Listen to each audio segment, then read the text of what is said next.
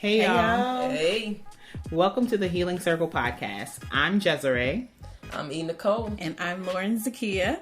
And we are faculty and fellows at InPower Institute, a center for community healing and optimal living. Oh yeah. So our series marks the 400th anniversary of the first Africans who arrived as captives.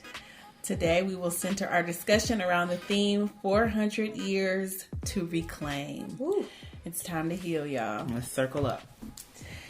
We are three Black women, and I would say that we are strong Black women.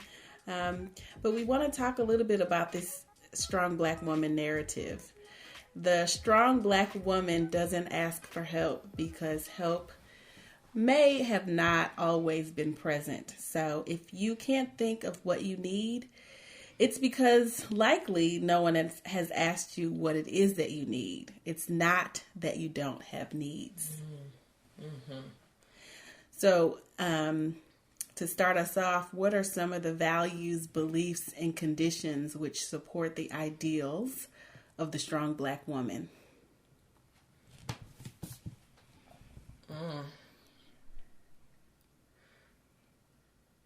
I feel like just seeing Black women on an everyday basis, like growing up with a mom. I had both my parents, but even having both my parents, there were just some things that I knew Mama was going to handle. Like, she could be sick, writhing in pain. She's still going to get this work done. And I think that's, for a lot of us, that's what we grow up seeing. Like, Black women are doing things in spite of. And when you ask them, are you tired? Are you okay? You get, I'm fine. Mm-hmm. Just that really like Band-Aid over a gaping wound type of answer. Mm-hmm. Mm-hmm. You gonna go? We both made the lip noise at the same time. You go.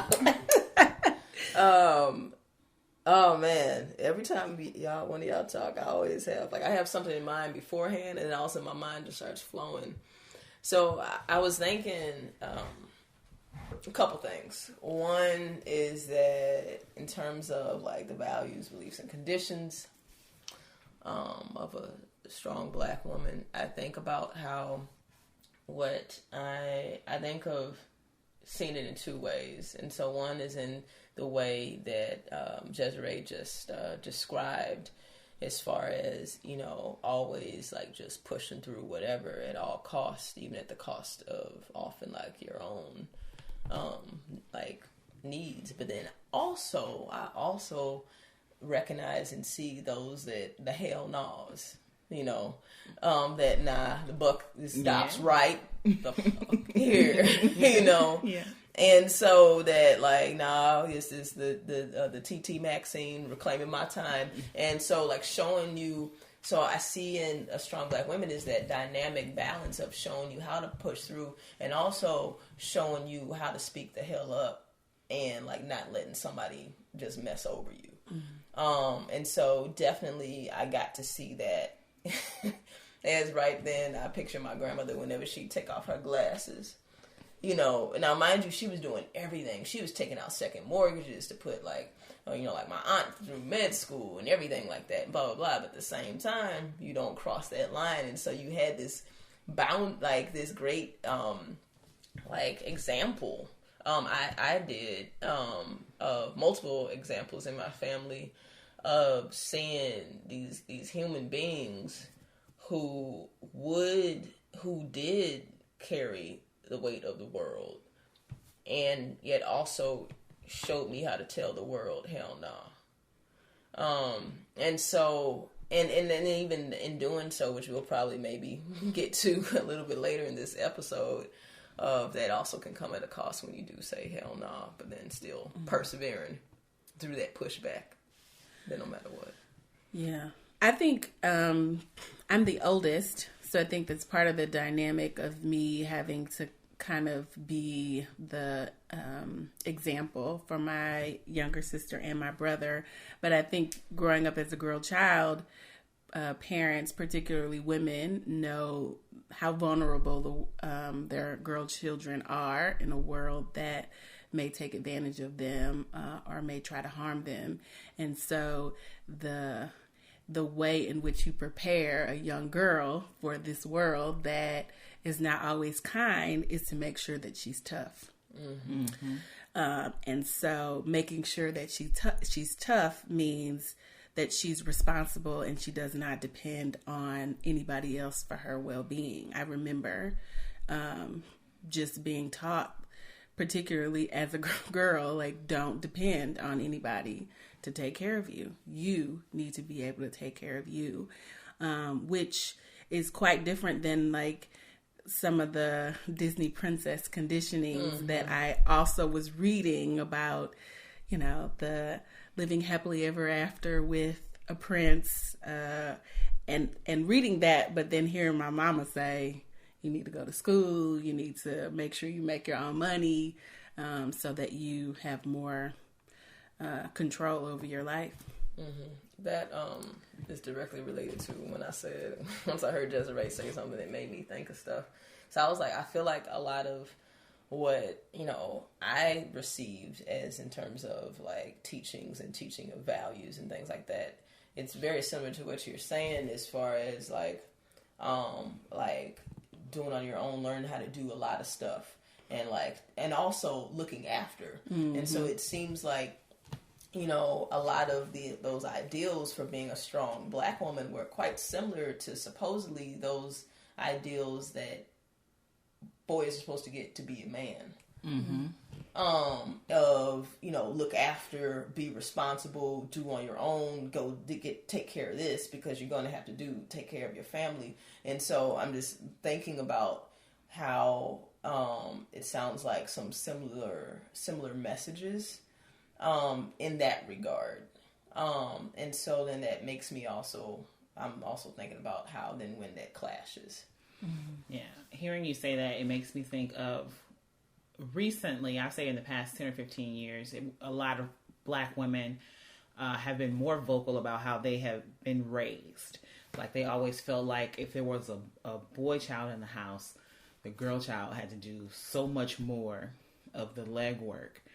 And I don't want to say that was completely true, but I think in my household, but I do think there were times where it was absolutely true. There were 3 girls and 3 boys in my house, all different age ranges. So I have siblings in their 40s, one is almost 50, and then 30s, and then one in the 20s. So I distinctly remember having an argument with my parents when me and 2 of my brothers were teenagers about them being able to stay out and do whatever they was doing, but me having to come right home after school. And my father is one, like, he likes a 5-point list. Like, you got to show him, you know, describe your argument. And so I was like, okay, I got this. This ain't fair because of A, B, and C.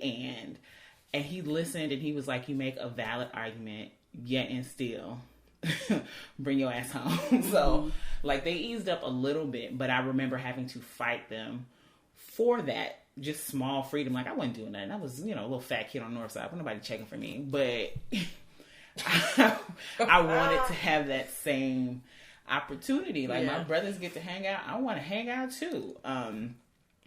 But that was just like a difference that occurred to me. And then even having to learn to cook. Like, there were plenty of times I had to be right in the kitchen cooking for my siblings, for the family.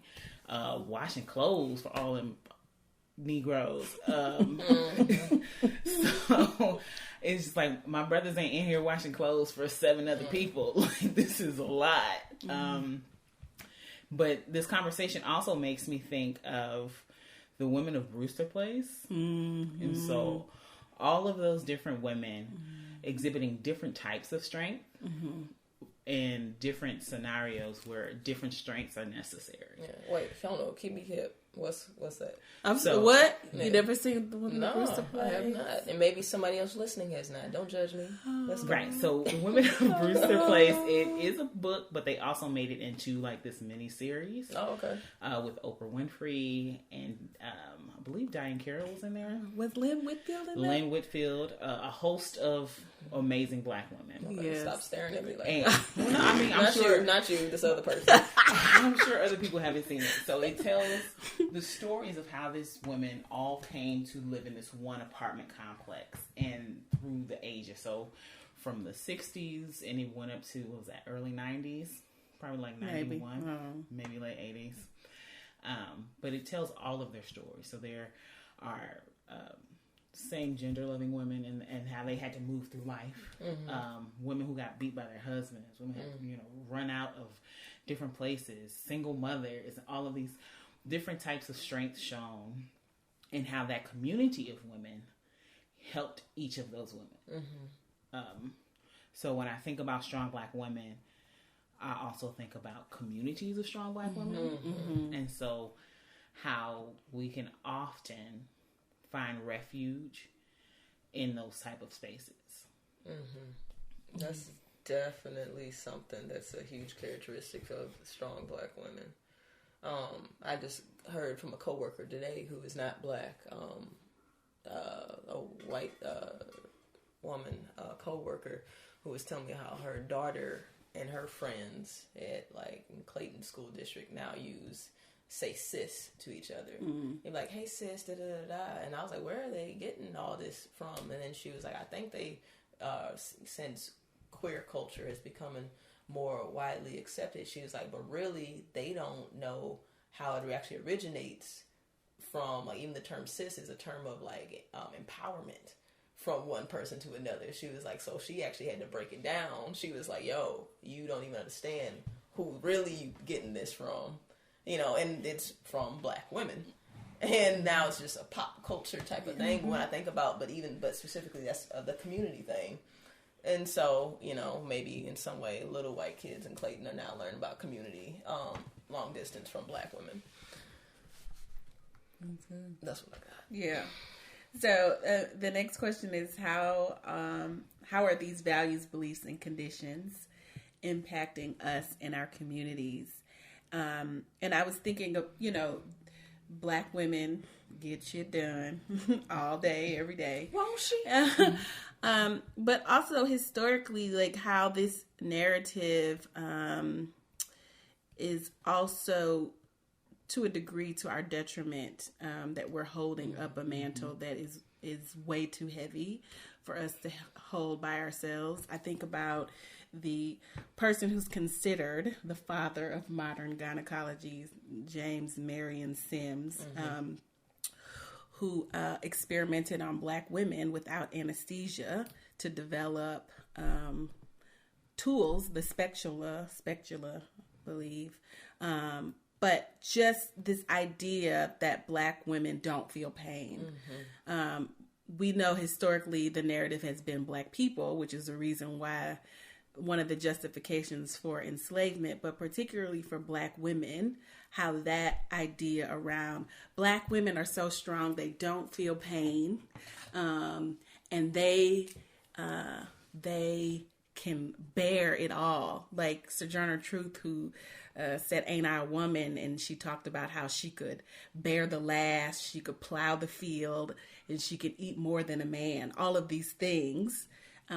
And she says, and ain't I a woman? So yes, we are strong, we are resilient, we are resourceful, we are creative. And this narrative has created this super image where we don't ask for help because everyone expects us to have it all together and to not need help. But we also tired. Yeah. So just hearing you list all of those things, I was like, whoo, like I need a nap just hearing it. And I know historically we didn't know where to go for assistance. Like it would be a lot of our foremothers like going to their wits' end. Like they didn't know that they needed help until they on somebody's front line about to blow the door in. Yeah. And help wasn't always available. So that, right. you know, like Black women have had to do things on their own and to be strong because in many ways, family systems were broken, you know, intentionally. We can, you know, trace throughout history where the support systems that we put in place were often taken away or dismantled. Yeah. By oppression and oppressive systems. Yeah. With that, like, you know, even though like historically over the past previous 400 years, before then, we knew where to go. Mm-hmm. We knew what to do. And as you know, as you all are saying, that completely got completely raped repeatedly in multiple ways. And so it's definitely we've been dismembered from those healing properties of what exactly to do, and that's why it's such like, you know, dis-ease. Mm-hmm. Because one, the shit that's being fed to us now ain't good shit.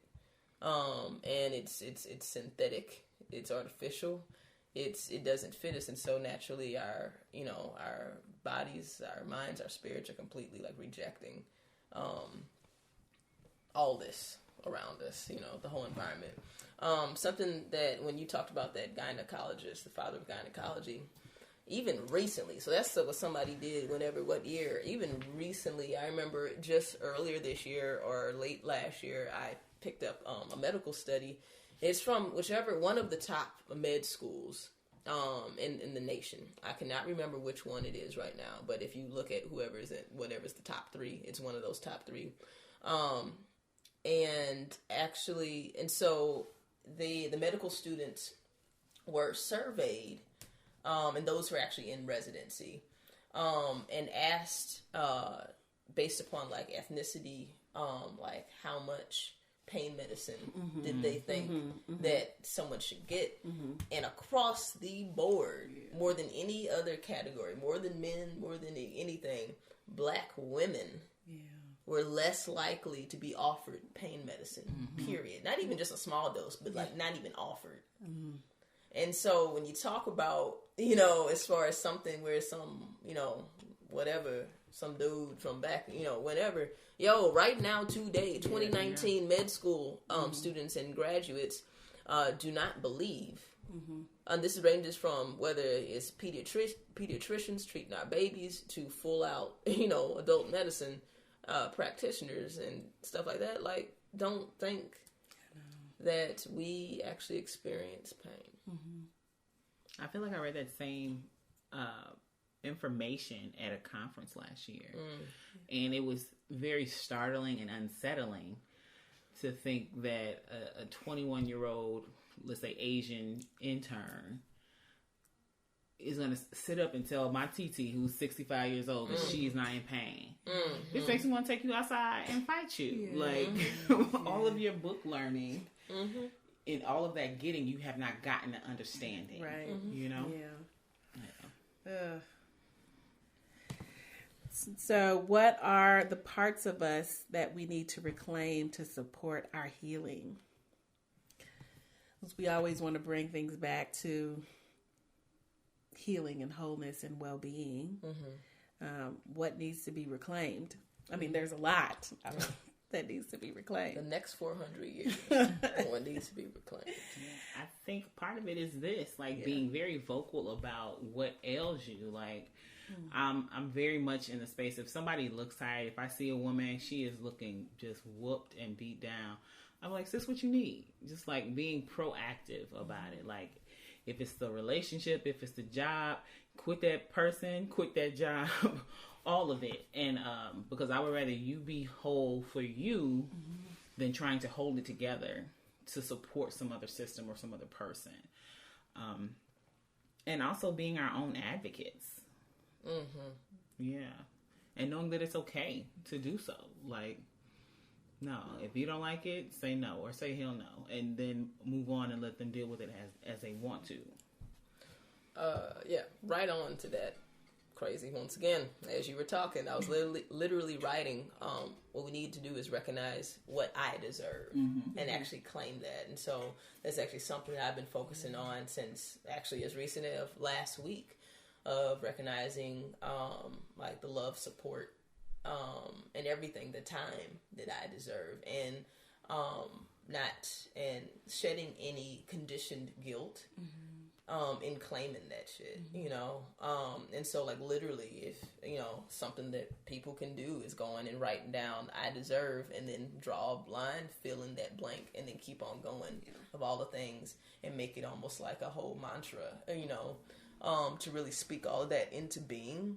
And then move to the we. And so really challenging each of us to first claim it for yourself as an individual.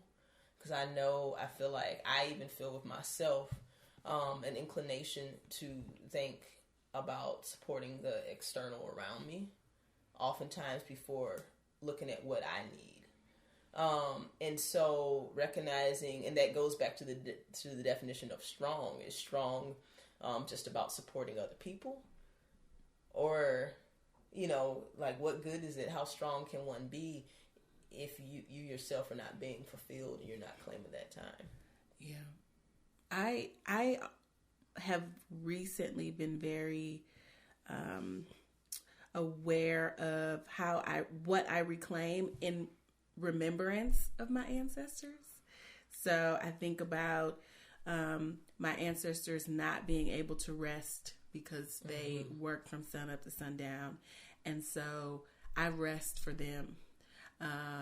I enjoy pleasures as a way of honoring them.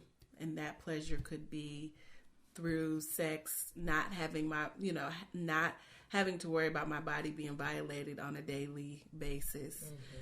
So I enjoy my body. I enjoy, like I said, I enjoy rest. And I just keep them in mind when I start to think about, I'm not doing enough. And no, ma'am, you have done enough. And so reclaiming rest and pleasure is a way not only to honor myself, but to honor the legacy of my ancestors. That brings up a good point that makes me think of, there was one time I sent my laundry out to be done, and I felt bad about it. Like, the laundry needed to be done. It was like 2 months worth. It needed to be done. And I had enough money I could, send it out. All of it can be washed and folded. And I was like, have we gotten so bougie that we can't do our own laundry? Like your grandparents was, hand washing stuff. Right. And I just was really beating myself up about it. And I was telling one of my coworkers, it happened to be this African guy from Nigeria, and he told me very firmly to stop it. Oh. He said, no. He said, you work every day. You have things to do which do not include doing laundry. He said, you deserve that. And I remember that. And I was like, you know what? You are right. Now, generally, he and I did not get along. But that day, he made like a great point, and it kind of go along with what you were saying, Lauren. Like, our foremothers and fathers worked very, very hard. Back-breaking labor. Yeah. So, I mean, if I got, $60, $70, I'm going to let somebody do my laundry. My people have done enough laundry. Yeah, true. Yeah, man, I want to reclaim healing recipes.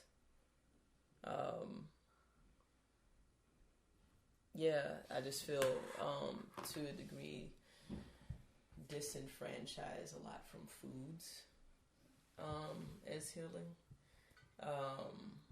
and just a lot of those teachings and connections to that natural medicine. And so I know that's something that I aim to do, is just reclaiming like health through that original knowledge. And digging deep. Well, thank you for joining us. Connect with us on Instagram and Facebook at INPOWER Institute. Visit our website, InPowerInstitute.com, for more information. Please send us your questions, your comments. If you are a strong black woman or know strong black women who need a rest, hit us up and let's talk about it.